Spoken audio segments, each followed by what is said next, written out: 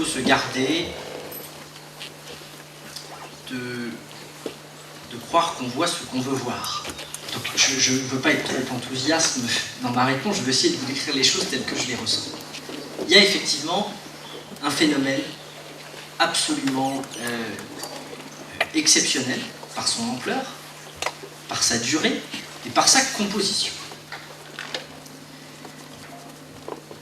On nous explique, sondage d'opinion après sondage d'opinion, que plus on est jeune, plus on est favorable au mariage homosexuel. Et pourtant, le gros, entre guillemets, des troupes qui manifestent, l'essentiel de celles et ceux qui se mobilisent de la manière la plus forte, ce sont précisément celles et ceux qui, dans les sondages d'opinion, sont censés être les plus favorables au texte. Et cette mobilisation, elle est d'autant plus forte qu'en quelque sorte, elle décrit ce que je viens de vous dire il y a un instant. Ceux qui sont partisans du texte ne le sont pas de manière militante. Ils le sont en considérant qu'après tout, puisque ça ne change rien pour eux, il ne faut pas refuser à ceux qui le souhaitent de pouvoir manifester leur amour de manière publique. Mais ceux qui sont contre, ils ont le sentiment qu'ils se battent pour une cause qui les dépasse et qui ne concerne pas que eux, qui concerne potentiellement des enfants qui ne sont pas encore là, et des règles sur le plan de l'éthique et notamment de la bioéthique, qu'une fois qu'on aura franchi, qui déboucheront sur un changement, une révolution de civilisation, puisque ce sont les propres termes de la garde des Sceaux, dont on ne sait absolument pas où cela nous conduira. Et l'intensité de cette mobilisation, elle est d'autant plus forte qu'elle vient des minorités, ou qu'elle vient de la majorité invisible, si vous m'autorisez cette expression, mais qui avait pris l'habitude finalement de ne plus s'exprimer. Les seuls qu'on voyait, ceux qui avaient l'habitude d'occuper la rue, c'était les minorités visibles, ou les minorités qui souhaitaient, sur un certain nombre de sujets, manifester de manière forte telle ou telle cause. La majorité invisible, si vous m'autorisez encore une fois l'expression, elle n'était pas dans une expression habituelle. Et l'intensité de cette mobilisation, elle a, de mon point de vue, plusieurs causes. D'abord, ce à quoi on s'attaque. C'est pas le mariage. C'est d'abord les questions qui tournent autour de la filiation des enfants et derrière des questions de bioéthique. Et je vais m'autoriser juste une digression de 2 minutes. Pour reprendre là aussi une discussion que j'ai eue avec Jean-Pierre Raffarin, qui me faisait remarquer la chose suivante. Qu'est-ce qui est sacré dans notre société d'aujourd'hui? Sachant qu'on va définir par sacré la cause pour laquelle on serait prêt à donner sa vie. Est-ce que, globalement, je ne parle pas de ce que sont vos opinions individuelles, je parle à l'échelle de la société. Est-ce que la patrie est aujourd'hui une cause sacrée? Est-ce qu'une majorité de Français serait prêt aujourd'hui à perdre sa vie pour la patrie? Je crains que non. Est-ce qu'aujourd'hui, la religion, les convictions religieuses des uns et des autres, soient une cause sacrée pour laquelle on est prêt à perdre sa vie? C'est certainement plus vrai, là non plus, dans notre pays. Donc il reste une cause sacrée. C'est les enfants. Parce que si on s'interroge les uns et les autres, une majorité d'entre nous serait prêt à donner sa vie pour défendre ses enfants.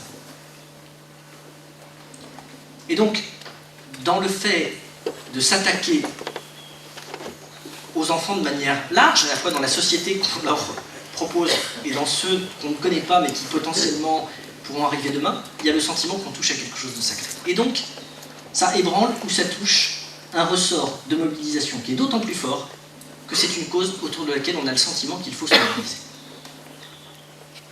Ensuite, il y a une deuxième raison, qui est que c'est une forme de retour de boomerang, si vous m'autorisez l'expression, à la manière dont la République s'est construite. Dans beaucoup de pays, y compris où la tradition religieuse est plus forte, le mariage de la République est une faculté, mais n'est pas une obligation. Quand vous imposez le mariage pour tous en Espagne, ça ne change rien à celles et ceux qui ont des convictions religieuses qui ne se marient pas à la mairie, qui se marient à l'église. Et donc ils n'ont pas le sentiment avec un texte comme celui-là que ça touche l'institution ou le sacrement que eux ont choisi. Ça concerne, en gros, une union civile.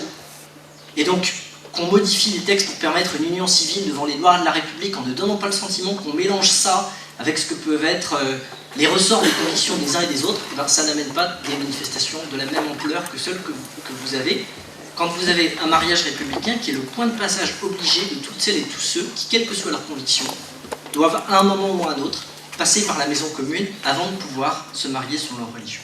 Dans les explications qu'il y a sur le différentiel de mobilisation avec l'Espagne, avec le Portugal, avec des pays où la tradition et la pratique religieuse sont plus fortes que chez nous, cet imaginaire de ce symbolique peut jouer, et donc indirectement l'attachement à une institution et à ce que ça dit de la société compte. Puis vous avez un troisième phénomène, qui est qu'il y a aujourd'hui une détresse générationnelle, c'est-à-dire le sentiment pour les jeunes, de manière globale, et de ce point de vue, le mouvement peut aussi servir à ça. Même si c'est confus, même si c'est pas totalement exprimé, on est en train de construire une société qui repose sur une fantastique injustice générationnelle. Là, je vais me faire beaucoup d'ennemis dans ceux qui sont nés juste après la guerre, mais j'assume pleinement mes propos.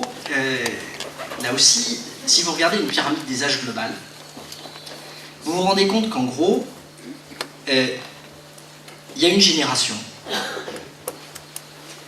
qui, au fur et à mesure qu'elle a avancé en âge, a pour partie modelé la société dans laquelle on vit. Une génération qui est rentrée sur le marché du travail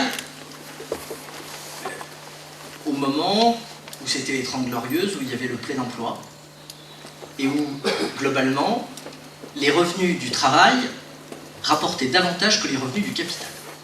Cette génération, elle est devenue propriétaire de son logement au moment où, certes, les taux d'intérêt étaient très élevés en apparence, mais où, comme l'inflation était elle-même très forte, on pouvait se retrouver avec des taux d'intérêt réels négatifs. Et elle a commencé à avoir un peu de capital au moment où les revenus du capital ont commencé à dépasser ceux du travail. Et cette génération, dans la manière dont elle a avancé, elle a bénéficié de conditions de départ à la retraite qui sont optimales avant qu'elles soient changées, de conditions d'indemnisation par la sécurité sociale optimales avant qu'elles soient changées, et maintenant qu'elle approche du risque potentiel de la dépendance, on se dit qu'il y a une urgence dans la société à créer un risque dépendance.